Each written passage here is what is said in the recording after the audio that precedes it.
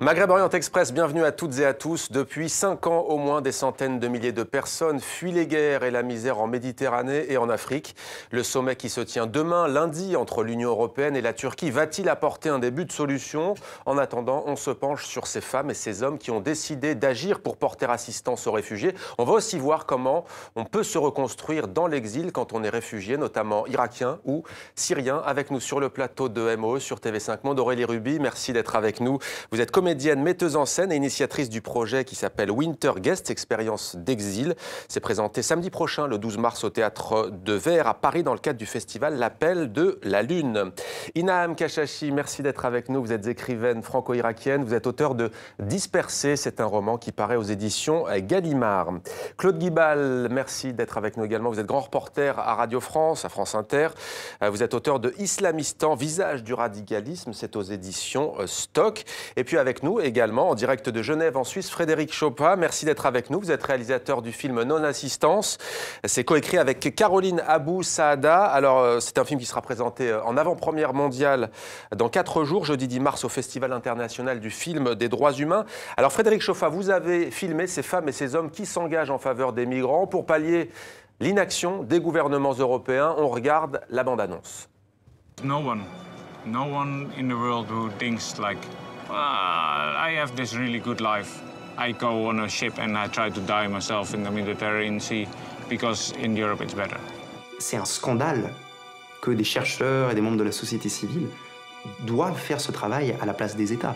Maybe 10 years or 20 years later, my children will ask me, why did you let so much people die on the Mediterranean Sea?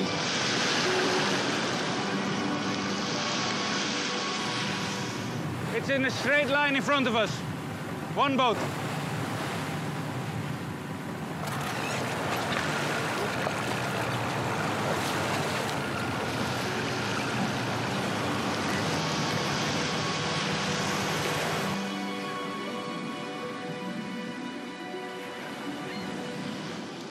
Non-Assistance, film réalisé par Frédéric Chopin. Alors on vient de voir ce bateau, ce sont des citoyens européens qui ont décidé de mettre la main à la poche avec leurs économies, 160 000 € pour venir en aide à des migrants en détresse au large de la Méditerranée. Est-ce que vous pouvez nous en dire plus sur cette initiative ?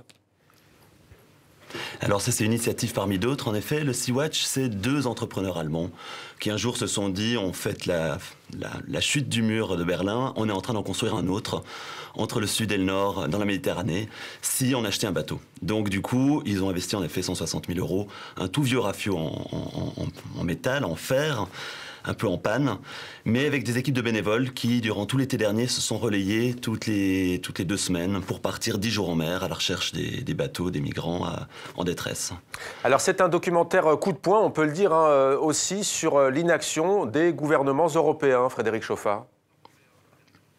Oui, alors toute la question n'est pas vraiment de cadrer, de couvrir la question de l'aide humanitaire par rapport à la tragédie qui se passe actuellement en mer, mais vraiment de se dire, d'abord, tous en chacun, qui peut faire quelque chose, de quelle manière. Et puis, par exemple, si on revient à cette action du Sea-Watch, eux ne peuvent prendre personne à bord. C'est-à-dire que s'ils prenaient des personnes à bord, ils se feraient traiter de passeurs. On a énormément criminalisé les pêcheurs, les marins qui prenaient des gens à leur bord. Leur idée, c'est d'aller vers le bateau, distribuer des gilets de sauvetage, distribuer les premiers soins, distribuer de l'eau et faire pression auprès du centre de commandement des secours à Rome ou des militaires aux alentours pour dire « on a un bateau, venez le chercher ». De manière à ce qu'il n'y ait plus cette non-assistance à personne en danger, c'est ce qui est un peu mis en exergue dans le film, par rapport à, il n'y a personne en mer, personne n'est au courant, donc on ferme les yeux et on laisse aller. Alors quand on parle de non-assistance à personne en danger, en général, cela peut engager des poursuites et c'est ce que vont faire certains citoyens. Ils vont porter plainte contre certains pays, notamment la Belgique, l'Espagne et l'Italie. Dans un premier temps, un magistrat va débouter leur plainte. Alors ça, c'est par rapport à la plainte française. En effet, ça, c'est vraiment le boulot énorme qu'a fait Fédération des droits de l'homme, le Gisti, et puis Charles Heller et Lorenzo Penzani, qui sont deux interlocuteurs que je suis tout au long du film. Et en effet, cette démarche, ça va être de se dire... comment on fait. L'OTAN, ils partent en fait d'un cas qui s'appelle le Left to Die Boat Case, qui est l'histoire tragique d'un bateau de 72 personnes qui va être abandonné à la dérive pendant 15 jours. On est en 2011, c'est la période où l'OTAN est en train de bombarder la Libye. L'OTAN est en charge de protéger les civils qui fuient le pays en guerre. Et ce bateau va être d'abord filmé, photographié par l'armée française. Il va être ensuite contourné par des pêcheurs, des hélicoptères vont venir. Ça, c'est le travail que va faire Charles Heller et Lorenzo Pezzani. Ça va être de dénoncer cette situation, parce que pendant 14 jours, ils vont rencontrer des tas d'acteurs maritimes, militaires, fédéraux, nationaux qui vont passer par là, et personne ne va rien faire. À l'arrivée, seuls 9 survivants sont sains et saufs, plus ou moins, quand ils réarrivent sur les côtes libyennes après 15 jours d'une tragédie totale. 9 survivants sur 72 personnes, oui. Ouais. Alors, on va vous retrouver, Frédéric Chauffat. Sur la base de ce cas, ils vont la documenter, quoi.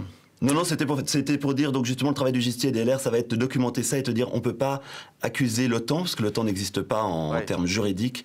Donc, les associations dans chaque pays vont attaquer les États ou les armées pour dire, on ne peut plus laisser ça, on ne peut plus laisser passer ça. Voilà un cas d'initiative concrète. En tout cas, on vous retrouve dans quelques instants. Restez avec nous, Frédéric Chauffat. Inam Kashashi, parmi ces migrants, on retrouve beaucoup de réfugiés irakiens et syriens qui sont au moment même où l'on parle en souffrance, à Calais, notamment dans le nord de la France, mais aussi en Grèce, près de ce village qui fait la une de l'actualité depuis plusieurs semaines, Idomeni. Quel regard portez-vous sur ce qu'on appelle une crise migratoire sans précédent ? Normalement, les réfugiés irakiens des années avant, ils viendront pour demander l'asile politique. Maintenant, il y a des milliers d'Irakiens qui viennent pour demander le refuge humanitaire. Alors, ce sont des migrants un peu différents. Ils viennent d'un pays très riche, un pays pétrolier.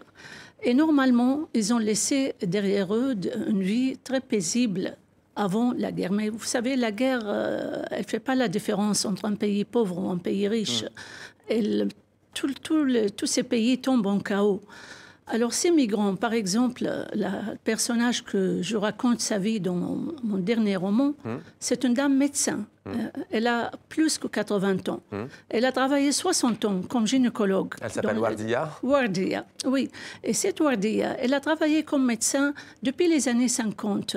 Elle n'a jamais porté la voile. Elle a conduit sa voiture dans les zones rurales, dans les petits villages. Et à l'âge de 80 ans, elle était poussée à prendre le chemin de l'exil.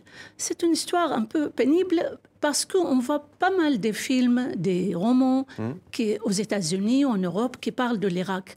Mais personne ne donne la parole à ces gens-là, à ces femmes, ces hommes qui ont vécu toute une vie normale. Ils ont fait des études, ils ont fait des... Et maintenant, ils se trouvent perdus, en train de quêter, de demander à vivre, de demander un toit.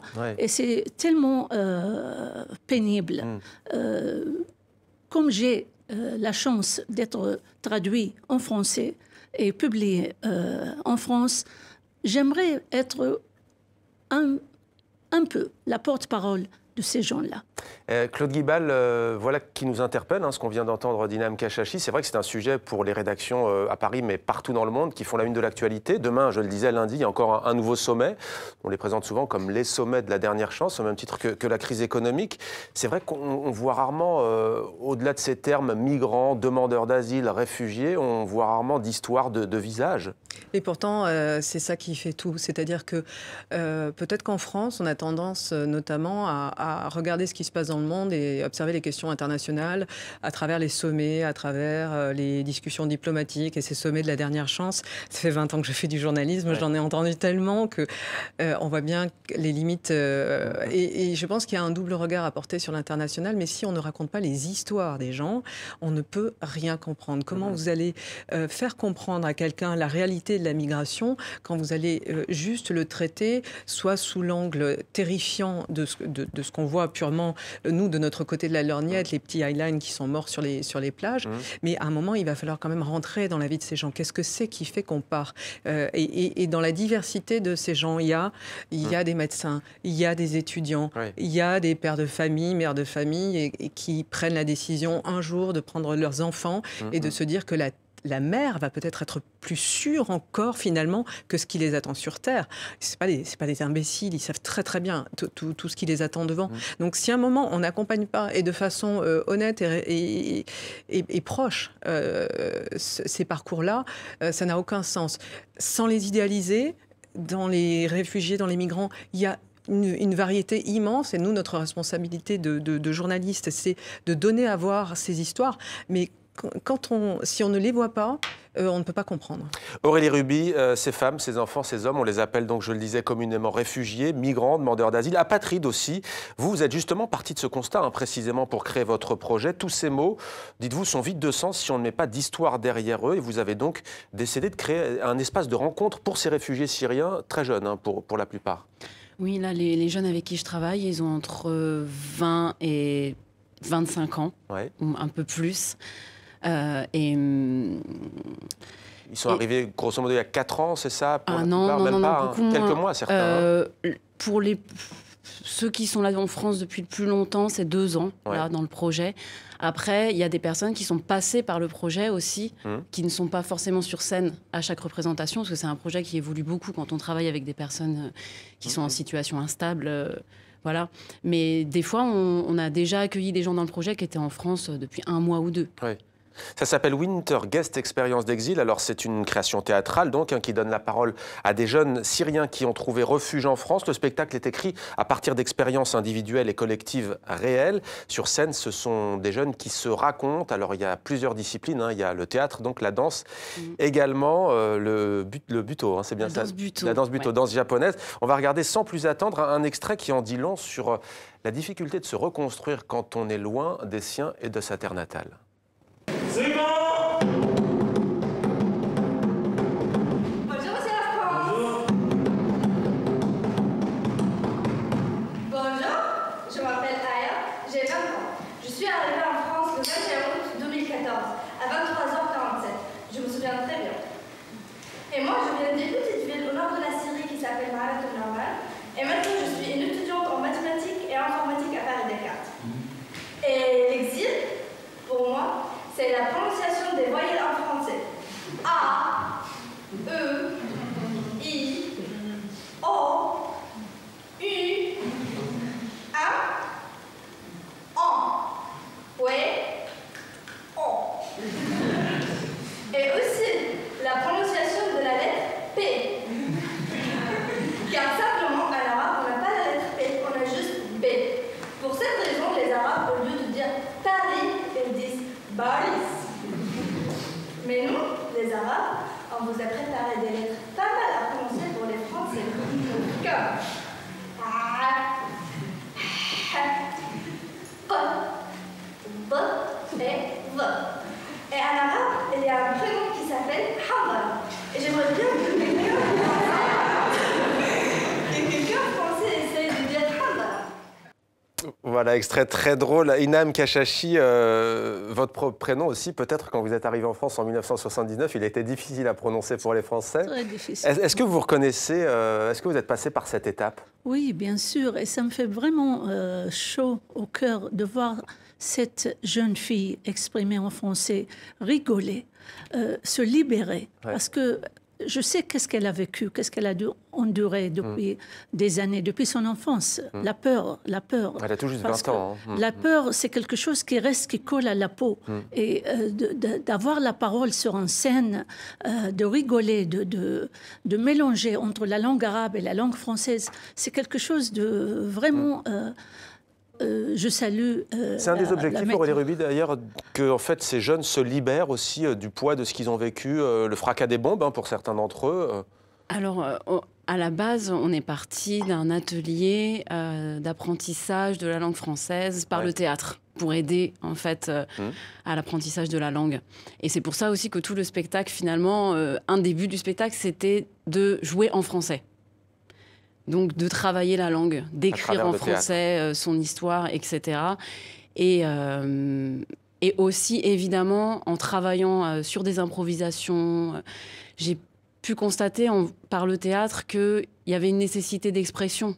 Enfin, qu'ils avaient beaucoup de choses à exprimer déjà.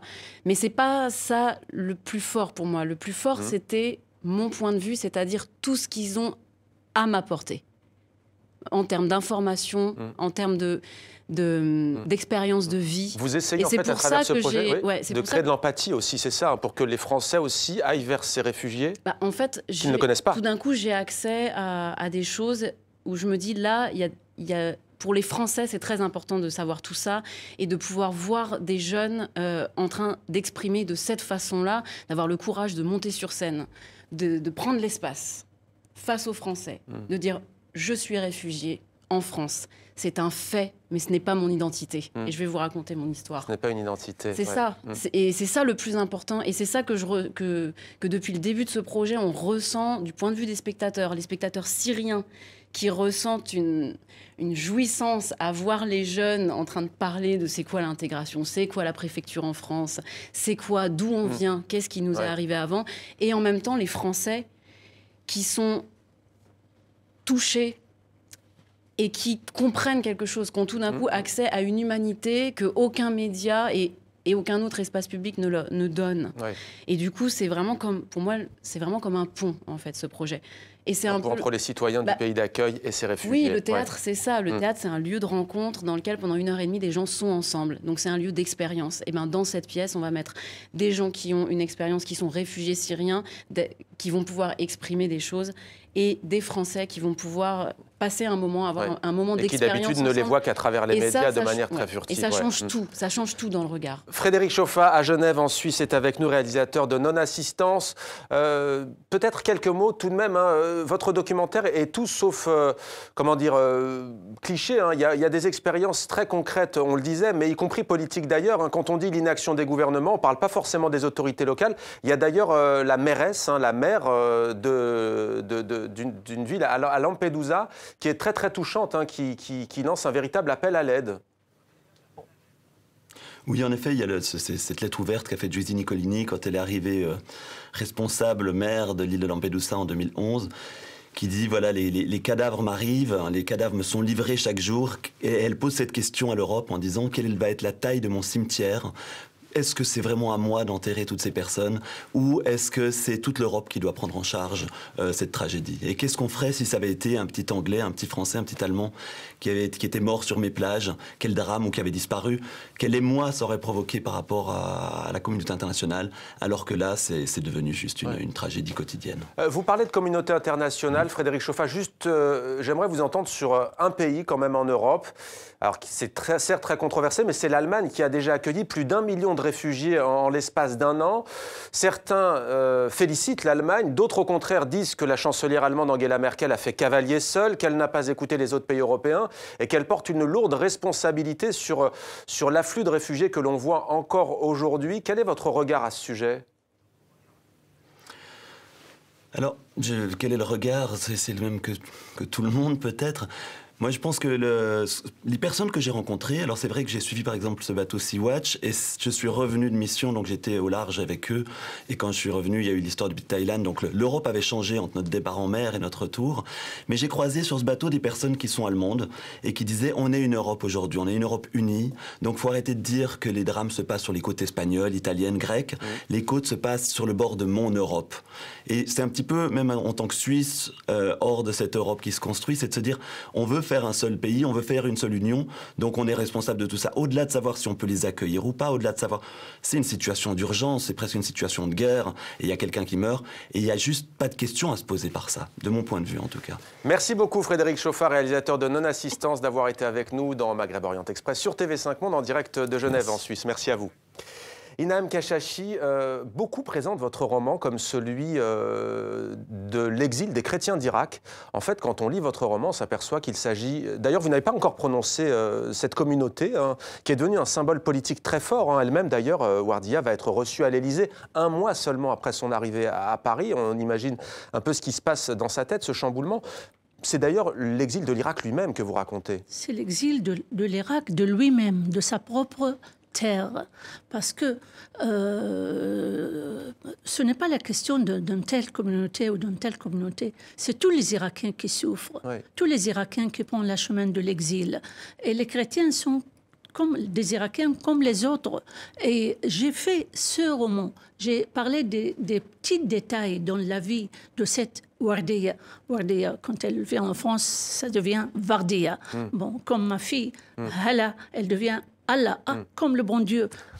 Alors, Wardiya, elle a travaillé, elle a construit le premier maternité dans un petit village du sud de l'Irak. Ouais. Elle était accueillie par les musulmans comme une de leurs filles. Elle a resté 30 ans là-bas, sans personne ne prononce « Est-ce que vous êtes chrétienne ou musulmane ?» C'est quand elle arrive en France qu'on lui demande. Ouais. Et moi, quand je suis venue ici, quand j'ai fait mon premier livre, la première question qui était posée, « Vous êtes chiite ou sunnite ?» Je suis ni l'un ni l'autre. Je suis irakienne, je ne veux pas être emprisonnée dans ma propre confession. Ce n'est pas ça l'identité d'ailleurs, de la même manière que ce n'était pas celle d'être réfugié. Et j'ai vraiment essayé de raconter la vie de Wardiya parce que c'était l'Irak d'avant, la guerre. Où toutes les communautés vivaient ensemble et en paix.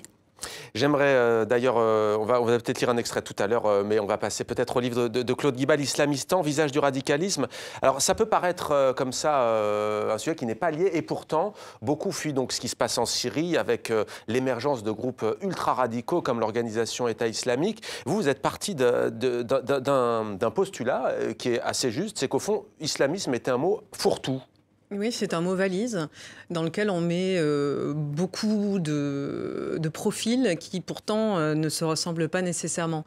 En fait, j'ai passé 15 ans au Proche-Orient où j'étais basée au Caire et je suis rentrée en France après les débuts des printemps arabes. Ouais. Et beaucoup de gens me disaient « Ah oui, mais alors les djihadistes, ces frères musulmans ?» Et je disais « Ouf, oui. Alors, hein, les frères musulmans, c'est pas tout à fait des djihadistes. Oui, mais alors les frères musulmans qui sont salafistes, je dis, c'est encore autre chose.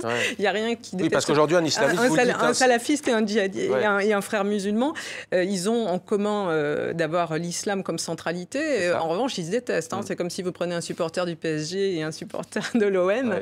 Ils adorent le foot, mais alors justement, qu'est-ce qui va faire qu'on va avoir des idées, en tous les cas, un islam politique qui va avoir une couleur plus ou moins radicale? Alors justement, c'est ce que j'ai voulu faire à travers ce livre, qui est un carnet de route et à la première personne, parce que j'ai voulu assumer finalement la subjectivité du reportage. Ce sont des rencontres que j'ai faites pendant les 20 ans que j'ai passé à travailler soit au Proche-Orient et à y retourner ensuite. L'Égypte, l'Iran, l'Arabie Saoudite, la Syrie pendant la guerre, etc. Guantanamo. Puisque j'ai voulu aller parler à des gens qui sortaient de Guantanamo pour savoir qu'est-ce que c'est qui fait qu'à un moment on bascule. Qu'est-ce que c'est et qu'est-ce que c'est que l'islamisme en fait qu'est-ce que ça veut dire vu que par exemple on parle d'un député de l'AKP comme un islamiste, certes. On va parler du GIA algérien comme des islamistes, certes. Et qu'est-ce que c'est finalement qui fait qu'on bascule de l'un à l'autre? Et au fil de ces années, j'ai vu que l'islamisme n'était pas un monolithe, mais aussi que les gens évoluaient dans un sens ou dans un autre. Ils pouvaient au contraire au fil d'expériences de vie, aller vers quelque chose de beaucoup moins radical, et d'autres, à l'inverse, basculer vers quelque chose de beaucoup plus totalitaire et enfermant.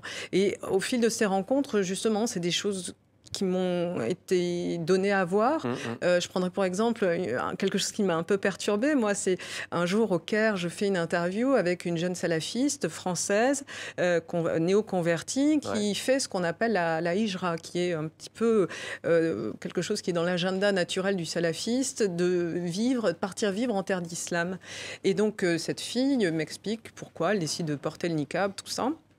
Et donc, on commence à discuter. Et d'un coup, non seulement je réalise qu'on a le même âge, et puis vient le moment où elle me dit qu'elle vient de la même ville que moi. Et je lui dis, ah bon, mais vous avez été à quel lycée? Et puis tout commence à devenir assez perturbant. C'est-à-dire que les parcours de vie commencent à se croiser. Et je n'arrêtais pas de me demander pendant cette interview, qu'est-ce que c'est qui fait que cette jeune femme, qui pourrait être un autre moi-même, à un moment, prend cette décision de basculer dans quelque chose qui, moi, me semble complètement étrange, tout ça. Mais qui prend un sens. Et qui prend un sens, et qui prend un sens. Je me suis dit, mais allons derrière le niqab, allons voir et posons la question avec sincérité, dire, excusez-moi, mais finalement, Enfin, pourquoi Pourquoi? Mais dites-le moi vraiment. Et donc, c'est tous ces parcours qui sont... C'est d'ailleurs pas une enquête, vous le dites vous-même, hein, c'est un carnet de route, vous l'avez dit, avec des portraits, des rencontres. Vous avez d'ailleurs choisi de mettre une citation de Spinoza en prélude du livre, « Ne pas rire, ni déplorer, ni maudire, mais comprendre », c'est ce que vous avez voulu faire. Oui, je sais que c'est pas très dans l'air du temps si on écoute Manuel Valls qui dit que expliquer, c'est déjà excuser. J'ose espérer que expliquer, c'est certainement pas excuser. C'est certainement pas excuser et c'est certainement pas légitimer.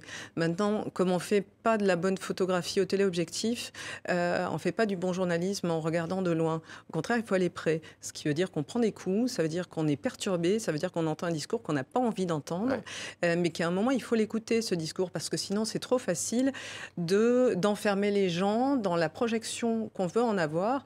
Et donc, par exemple, de n'envisager uniquement que le prisme de la radicalisation, si on parle du djihadisme, uniquement par la radicalisation de type sectaire, qui existe, évidemment.